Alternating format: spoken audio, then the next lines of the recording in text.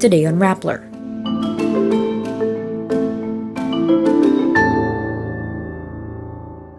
Malacañang warns against an audio deepfake of President Marcos ordering a military attack on China.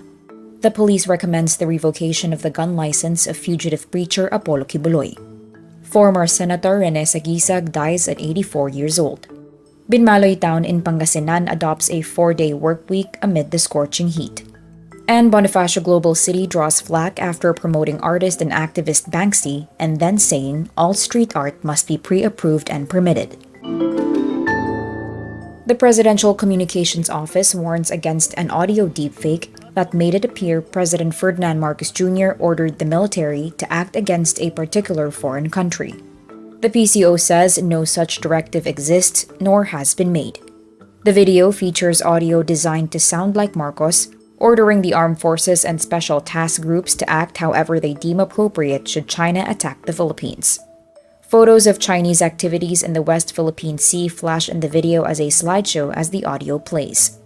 Deepfakes are usually made using techniques from machine learning and generative artificial intelligence to fabricate media.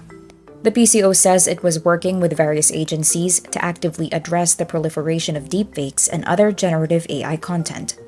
The fake audio recording comes at a particularly tense time for Philippine and Chinese bilateral relations.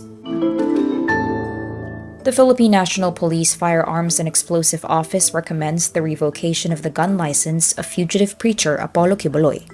PNP FEO Public Information Office Chief Major Lady Lou Gonzalez confirms the PNP FEO has submitted its resolution to PNP Chief Police General Romel Francisco Marbil for approval. Senate Deputy Minority Leader Risa Ontiveros recently called out the PNP for its slow action in revoking Kiboy's gun licenses despite the warrants against the preacher. A Rappler investigation discovered Kiboy has at least 19 firearms with an estimated value of about 2.3 million pesos or $41,000 US. Courts in Davao City and Pasig City have ordered Kiboy's arrest, as well as the Senate for Kiboy's failure to attend inquiries into his alleged abuses.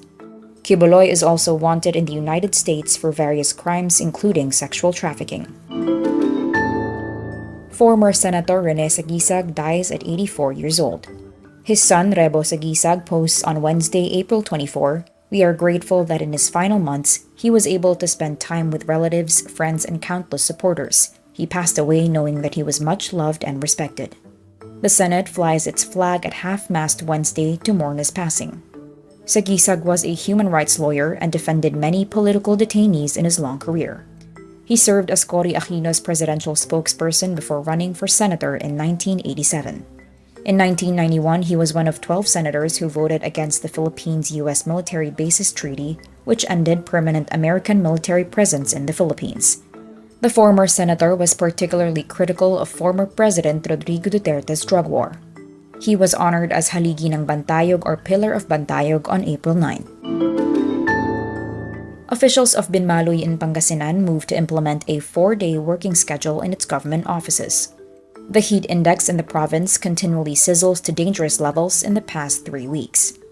From its usual Monday to Friday 8 a.m. to 5 p.m. schedule, working hours are now from Monday to Thursday from 8 a.m. to 6 p.m.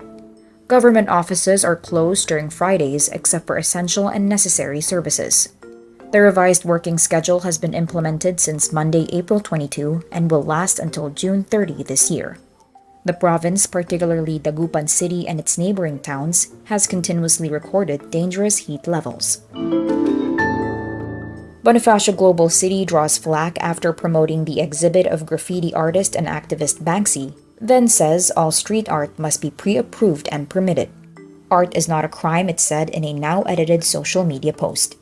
Replying to a commenter who asked if artists can now paint its walls without repercussions, BGC initially said it does not condone any form of vandalism and all street art must be pre-approved and permitted. It later clarified the Banksy Universe will just be an exhibition at the Metropolitan Manila Museum. Pest Control, the organization that handles Banksy, says it is not involved or associated with Banksy's graffiti art in different countries. Social media users say the exhibit defeats the essence of Banksy's works. And that's today's wrap. I'm Nina Liu. Thank you for watching. Click the link below for the full story. Follow us on Rappler's YouTube, Facebook, X, Instagram, and TikTok.